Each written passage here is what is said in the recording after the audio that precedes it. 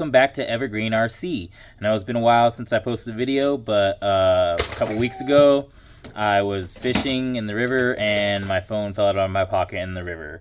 I've lost a lot of content. I did get some back, so I'm going to start trying to put it all together, but this might be a little bit of a choppy video just because I have some missing content, but I'm going to try to put it all together for you the best that I have.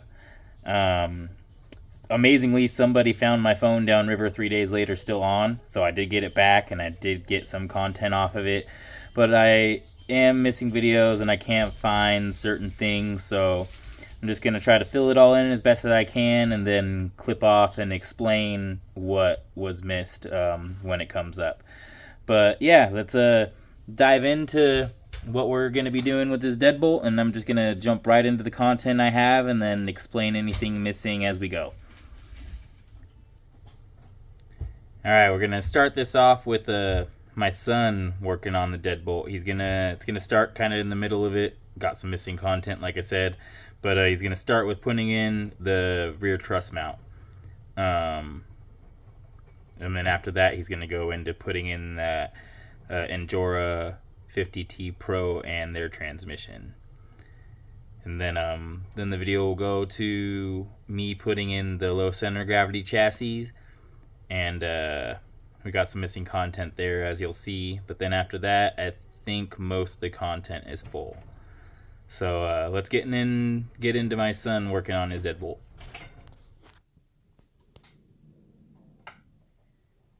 Mikey upgrading his Deadbolt.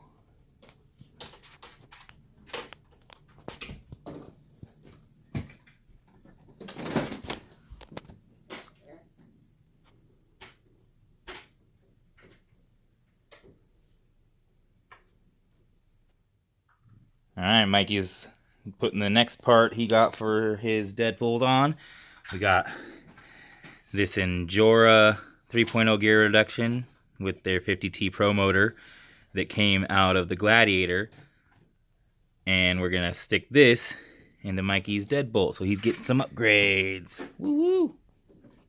Right now he's taking out that battery tray so we can get to the motor and transmission.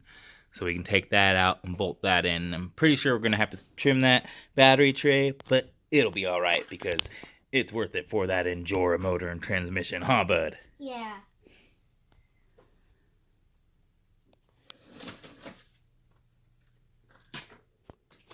All right, on to the other side, getting this battery tray removed. All right, so we're removing this motor and transmission now to get the other one in. You can pull it out.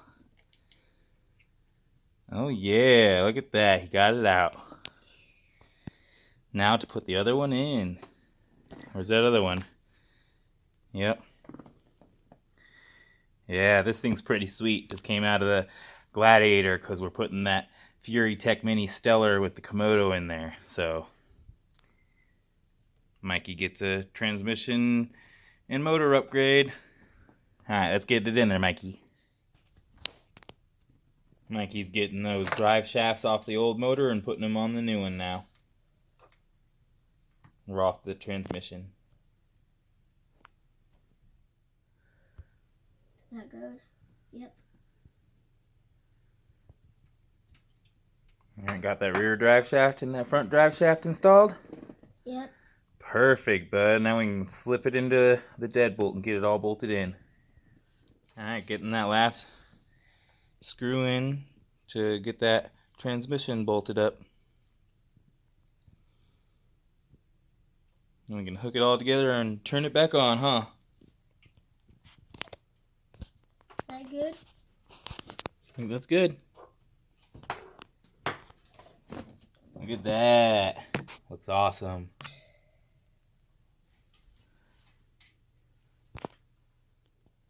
Alright, we're getting this battery tray back in. We just had to trim just this leg a little bit to get that battery to fit in. But nothing else. Everything else fit in real good. Just trimmed literally just a couple little pieces off of that leg of the battery tray. All bolts in perfect. All right, my son got his rare link adapter in. Looks real nice, thanks to Uncle Thor. And he put in that Endura 50T Pro motor with the 3.0 gear reduction motor, or transmission. And literally all we had to do was just trim a little bit off of that battery tray right there to get it all to fit in, and it all bolted in seamlessly. This thing's getting pretty awesome. It's about to get the axles off the Gladiator because the Gladiator's upgrading to portals. And it'll get a couple other upgrades after that. And then Mikey's Deadbolt is going to be one of the top competitors because the Deadbolt always has been. It's just real low center of gravity the way it's set up. One thing we did do different is this does not have Deadbolt front clearance links. I changed the front end all to the Bronco or C10 chassis size because I felt the links on the front of the Deadbolt were way too short, so I had to change that. Alright, thanks for following along with all these builds, and we'll see you in the next one. We're going to go and start working on these other crawlers that we have. Today we're going to take this low center gravity chassis off a Big Red. So we're not really utilizing that much. I kind of have it as set up as a stock truck so I can use the stock frame from this Deadbolt and do just that. And that means we can take this low center gravity chassis off this and put it on the Deadbolt and really put it to use. So that's what we're going to go ahead and do here today.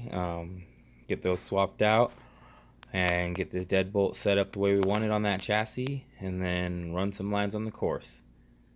Stay tuned. Alright, we pretty much got this Gladiator all taken apart and stripped down to just the frame and the ESC and the battery mount.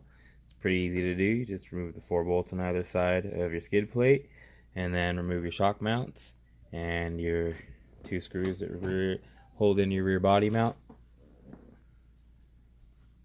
And see, all comes off. Now we can take everything off of Big Red and put all this hardware onto this chassis. Alright, a couple hours later, and a little frustration. I missed the part where I had Big Red all taken apart and the chassis torn off, but looked pretty much just like the Deadbolt did. It's all the same stuff coming off and going onto a different chassis. But I think they both look way better now, and they sit way better, and I got the body mounted way better on Big Red now, and the Deadbolt is still mounted in the stock way, where it just pull the pins and it lifts up.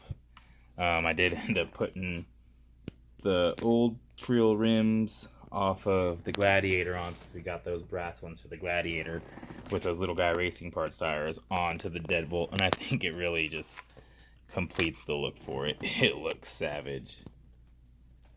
Squatted super low.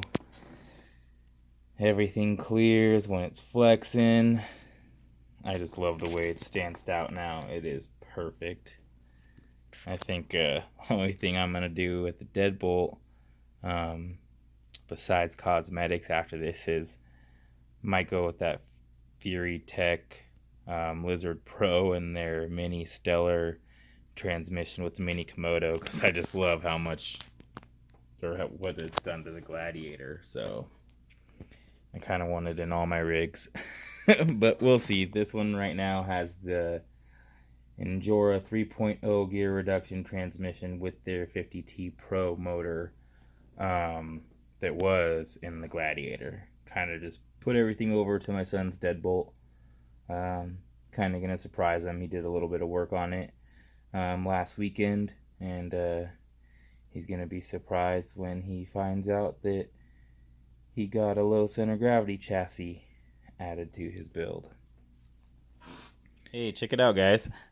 Took one of the broken Endura bumpers. Well, the posts for it were broken, and I just mounted it right to the Deadbolt body.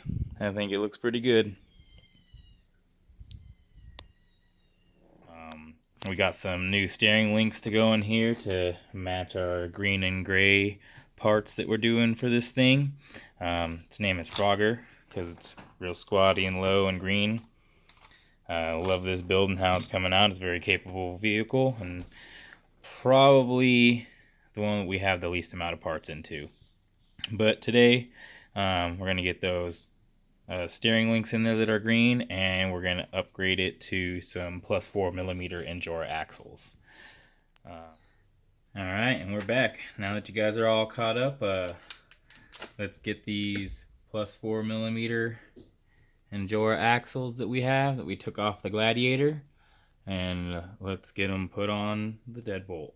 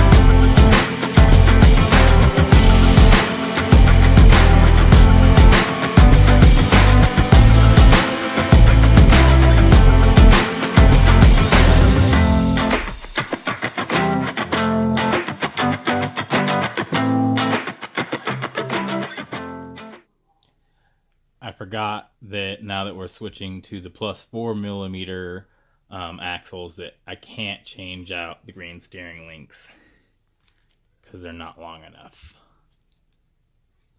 So we're just going to keep these links on here and just keep using that green arm that was already on here.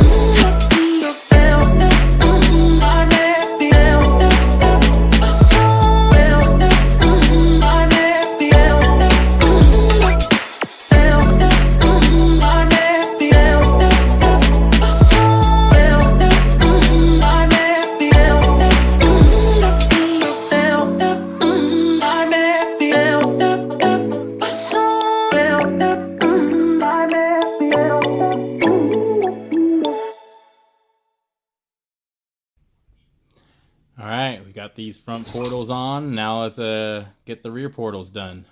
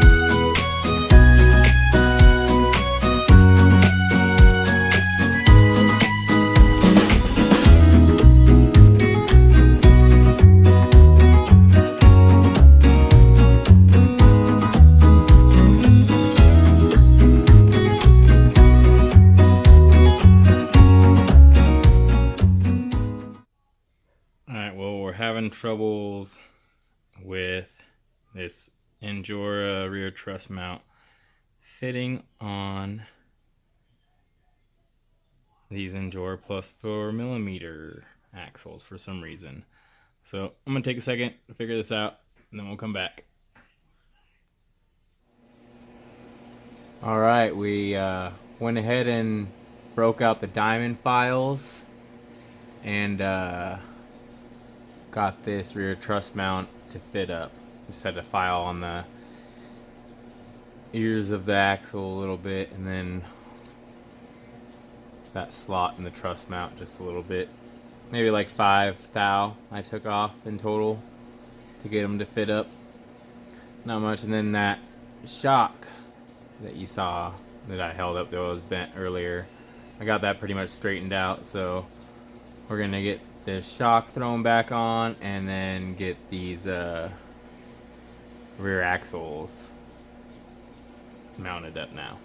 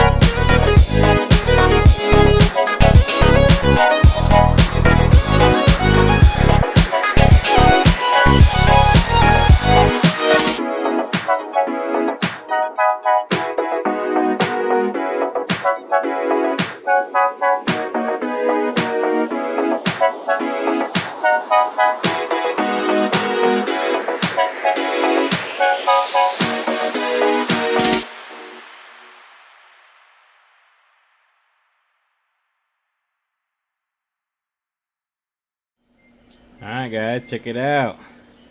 We got these +4s on here. And we got the +5mm wheel weights on there too. Man, this thing's getting real wide.